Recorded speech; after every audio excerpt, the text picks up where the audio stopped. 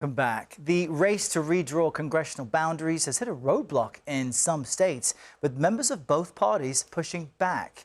The wave began when President Trump pressed Texas Republicans to redraw that state's map to gain more Republican seats ahead of the midterms. And a surge of redistricting efforts followed across the country, as you see here. CBS News political reporter Hunter Woodall is in our D.C. bureau to catch us up on where all of those efforts stand. Hunter, good morning. Let's start with Utah, because I know Republican-backed maps there were rejected, but Democrats didn't exactly win yet. So what exactly is happening in that state? Errol, Utah is a reliably Republican state, but what we're seeing there is really being cheered on by Democrats.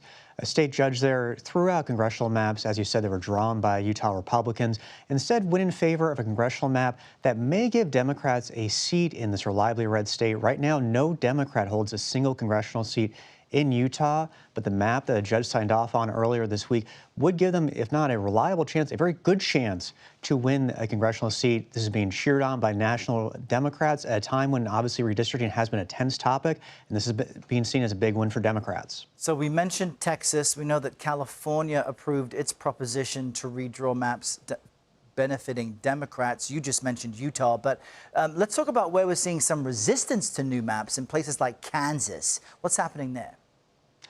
I'm glad you bring up Kansas. This is a state I know well, Errol. I got one of my first jobs in journalism was as a political reporter in the Kansas State House over there in Topeka. This is really notable because Kansas, again, a Republican state, has a Democratic governor, but has a very Republican-led legislature in the House and Senate. The idea was that Republicans would be able to gather enough signatures, be able to force a special session to redraw that state's congressional maps where there is a single Democratic district in the Kansas City suburbs on the Kansas side. That's fallen apart. When I've talked to my sources there, there's a lot of energy amongst Republicans to try and get this done.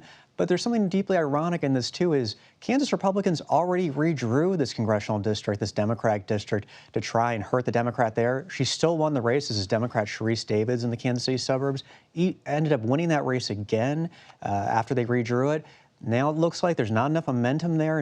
There's still enough Kansas Republicans who are a little bit hesitant to redistricting. That's been a big blowback for Republicans, and it's hurt their chances. Did you have that full beard when you were a cub reporter in Kansas? I have to know. Some of us admire what Hunter's able to do. In our last few seconds, talk to us about Maryland. The governor there, Wes Moore, has a commission meeting for the first time yesterday, but there is some pushback even in that state from his own party. Errol, this is where Democrats, both national and Maryland, are starting to have a little bit of heartburn.